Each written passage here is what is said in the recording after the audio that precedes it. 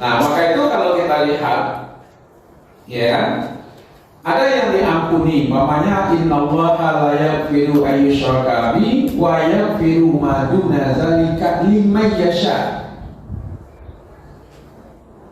Sesungguhnya Allah tidak mengampuni dosa syirik, tapi mengampuni dosa selain itu bagi siapa yang dikehendaki. Kalau Allah tidak berkehendak, ya kan, maka dia juga tidak dapat ampunan. Tapi Allah kan maha pengampun, maha bijaksana, maha adil. Mana yang ibu-ibu jangan terlalu berburuk sangka dan berberat-berat sangka, ya. Kadang-kadang kita dipertakut-takut lebih banyak juga, nah, ya. Padahal Allah itu mana yang lebih banyak, murkanya atau rahmatnya? Rahmatnya. Nah, Bismillahirrahmanirrahim. Ada rahmat di situ, ada rahim di situ. Satu kesalahan, satu dosa, satu kebaikan. Nah, satu kesalahan iringi dengan satu kebaikan, maka plus 9. Ya, maka tidak perlu stres. Pokoknya asal selanjut berbuat dosa satu, pilih sekali. Nah, oh ya, betul, sekali sepilih tetap sepilih gitu ya. Jangan berputus asa dari rahmat Allah. Ya kan?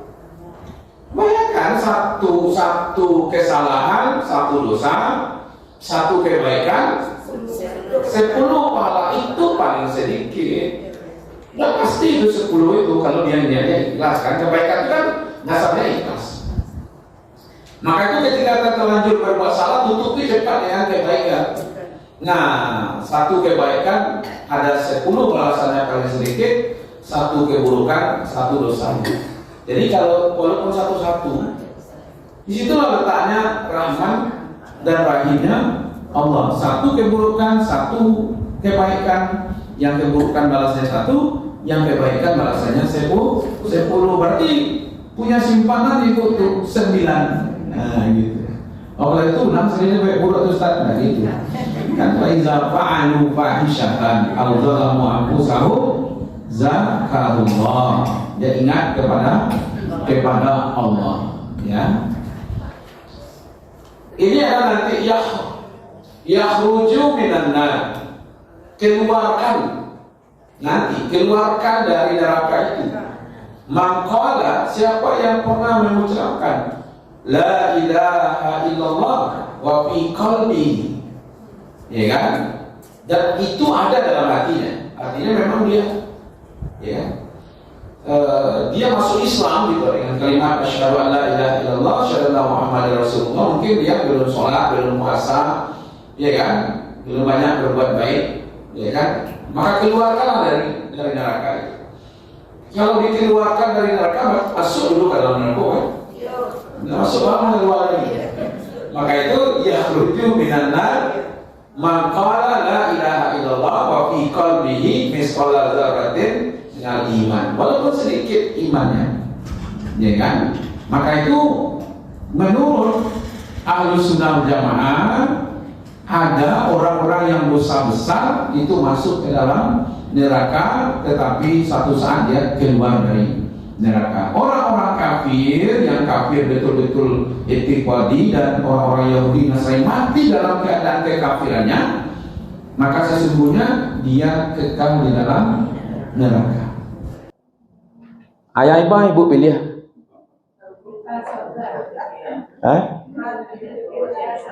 Masuk? Nah ya. Tak usah lo pilih biar nas kete, biar kok masuk alur ustaz jangan. Ya kan? Sama seorang bapak ngomong sama anaknya, "Bapak, nih ayah mau masuk asuransi kecelakaan. Kalau nanti ayah patah-patah itu dapat asuransi 5 juta. Kalau ayah mati dapat asuransi 10 juta. Kalian boleh pilih yang mana? Patah-patah ayah kalian atau mati? Kecil anaknya ayah mati salah ya. Ya kan? Karena pilihan itu tidak ada yang baik kan? Ini mau masuk neraka kekal atau masuk neraka nanti keluar. Yang mana pilih? Ya kan? Ya kita tidak pilih satu pun, ya kan? Tapi kita harus tahu bahwa ada yang kekal dalam neraka, ada yang tidak kekal di dalam neraka. Jadi itu kalau bagi orang paham-paham yang non ahlus sunnah, ya kan, ada Jabariyah, ya kan, ada Mu'tazilah, itu ada paham-paham itu, ya kan. Ada yang kalau Mu'tazilah itu hampir mirip dengan orang-orang sekuler, dunia-dunia. Ya, apa yang kita kerjakan hari ini tidak ada urusannya dengan Allah. Kayak laptop ini diciptakan oleh dari pabrik, dilepas ke pasar itu tidak ada urusan pabrik lagi. Ya, manusia ini sudah diciptakan oleh Allah dan urus diri sendiri, tidak ada urusan dengan Allah lagi. Itu orang-orang sekuler hari ini begitu. Jangan bawa-bawa agama ke khalayak umum. Agama itu privat di masjid, di rumah kita masing-masing. Itulah. Padahal agama itu untuk seluruh alam kan. Ya kan? Ada juga yang pahamnya Qadariyah, pokoknya dengan tawakal nggak bisa marangal. Kalau masuk neraka itulah kehendak Allah. Kalau masuk surga itulah kehendak Allah. Kita ini berada di ikhtiar, doa, tawakal. Di posisi kita di situ, Bu. Ada ikhtiar berusaha untuk masuk ke surga itu, ada doa supaya kita dimasukkan ke surga itu, setelah itu berharap kepada Allah. Kita posisinya situ. Maka kalau sholat kalau Allah kalau kehendak Allah saudaraku ya itu tidak paham lalu sunnah, iya kan? Rajin pernah ibu sedekah, kalau kamu masuk surga, kalau tidak begitu. Iya kan? Kita harus berusaha, berdoa dan bertawakal. Makanya ada sahabat dilepas saja, ya kan? Hewan itu nyelapin saja dari situ, dia masuk apa saja. Mengapa? Ya berserah diri saja. KBA dulu, baru berserah diri kepada Allah. Jadi kita berada di situ ya, ikhtiar, doa dan tawakal. Ya. Maka itu kalau orang-orang kafir, orang musyrik kekal abadi selama-lamanya. Orang munafik, kita sudah pernah bahas itu, munafik i'tiqadi. Kalau dia munafik, hati i'tiqadi dia beda. Mungkin mulutnya beriman, amalnya beriman, tetapi di hatinya kosong. Ya, hatinya kosong. Nah, maka munafik yang seperti ini itu kekal di dalam neraka.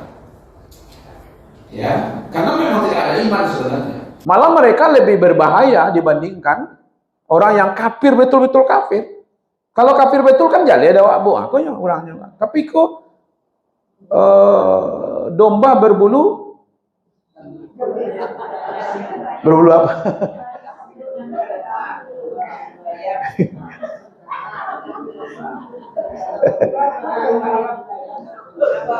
Bukan serigala ya. Serigala berbulu domba atau musang berbulu, sama nanya musang apa ayam? Orang munafik itu berlipstiknya itu Islam, ya kan? Padahal yang sama nanya dia bukan Islam, itu disebut i'tiqadi. Dan ini tidak masuk kelompoknya. Allah mau janji sudah pandai jadi orang munafik. Itu bukan munafik i'tiqadi. Jadi kok sandiaga ke orang Islam. Itu namanya munafik amali. Kalau dia lama-lama di situ tetap setiap berbicara dusta, setiap janji mungkin dia bisa jatuh nanti kepada munafik i'tiqadi. Jangan-jangan janji dengan Allah pun dia mungkiri. Nah, itu dia situ. Muslim, orang Islam pelaku dosa besar, dia masuk dalam neraka. Kok ada kalimatnya di situ ya? Muslim pelaku dosa besar. Kalau pelaku dosa kecil gimana?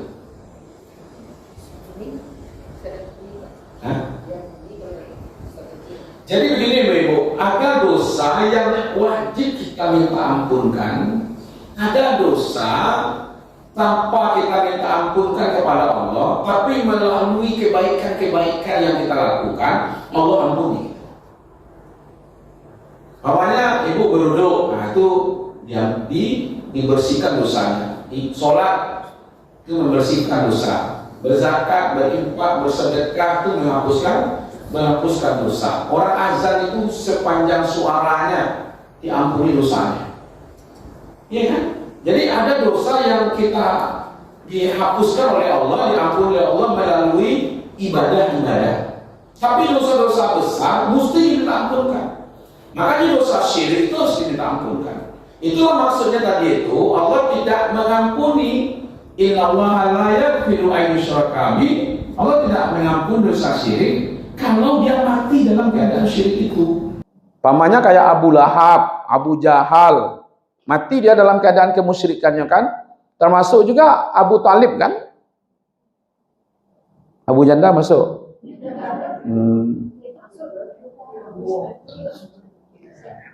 Dulu nyuruh masuk ya, masuk Ustaz itu. Jangan, kita doakanlah orang-orang ini supaya dapat hidayah. Ya dah, ya kan? Tapi kalau dia nggak dapat hidayah ya sudahlah ya, terusan Allah enggak.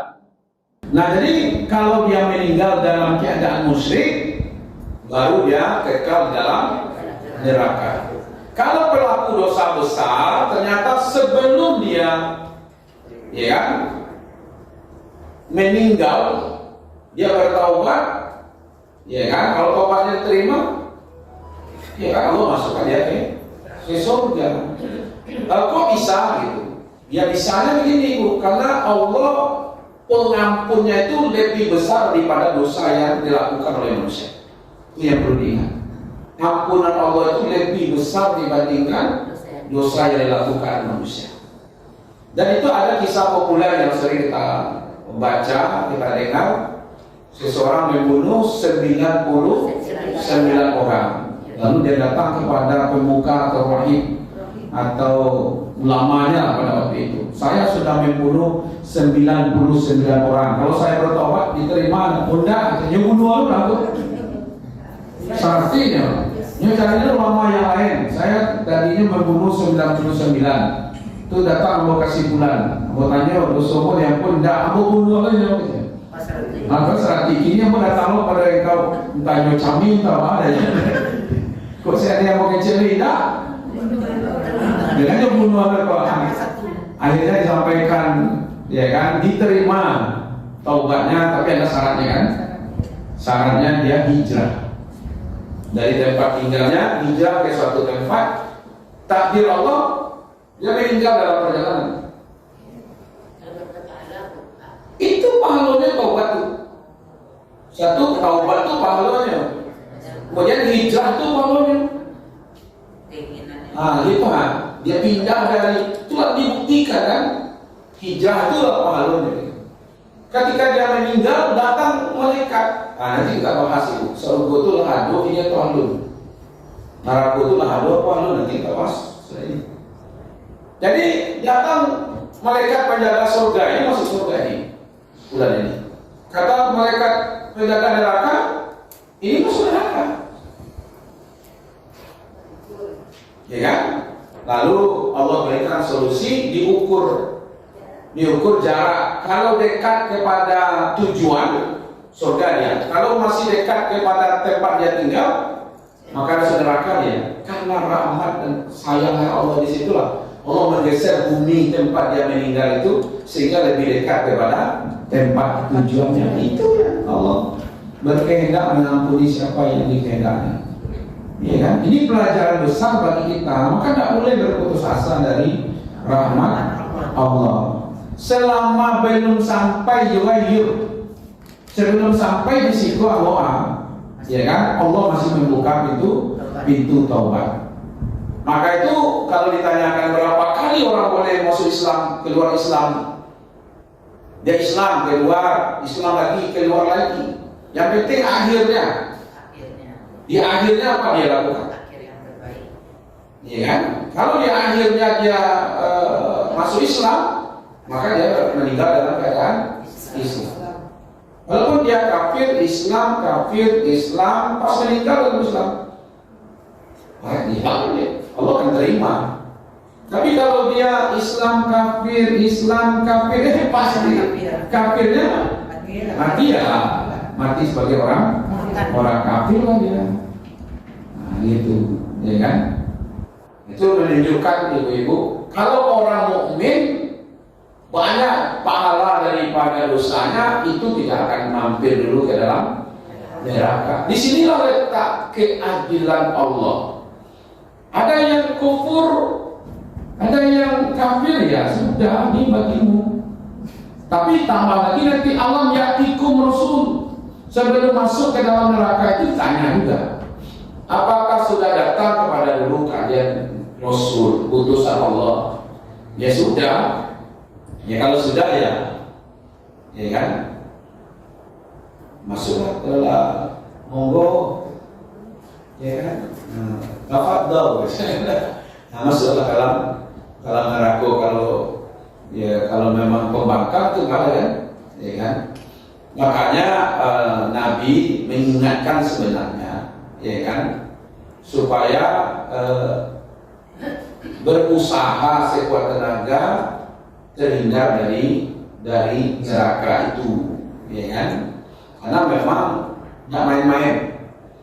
Ya, Rasul pernah melihat dengan nyata surga dan neraka itu di waktu peristiwa Isra Mi'raj. Maka Nabi tahu betul bagaimana azab Allah, bagaimana nikmat Allah. Maka sekali waktu hadis diriwayatkan oleh Imam Muslim, ahlun nar alladzi hum ahluha la yamutuna fiha wa la yahyaun. Tidak ada rasa mati, tidak ada rasa hidup. Kalau diazab kini mati aman, berarti berakhir azab. Ya kan? Itu rasa mati, tidak ini tidak loh gitu. Itulah kondisinya. Ya kan? Nanti yang disebut dengan khalidina fiha. Jadi orang-orang kafir itu berada di dalam neraka dan kekal di dalam neraka itu, ya.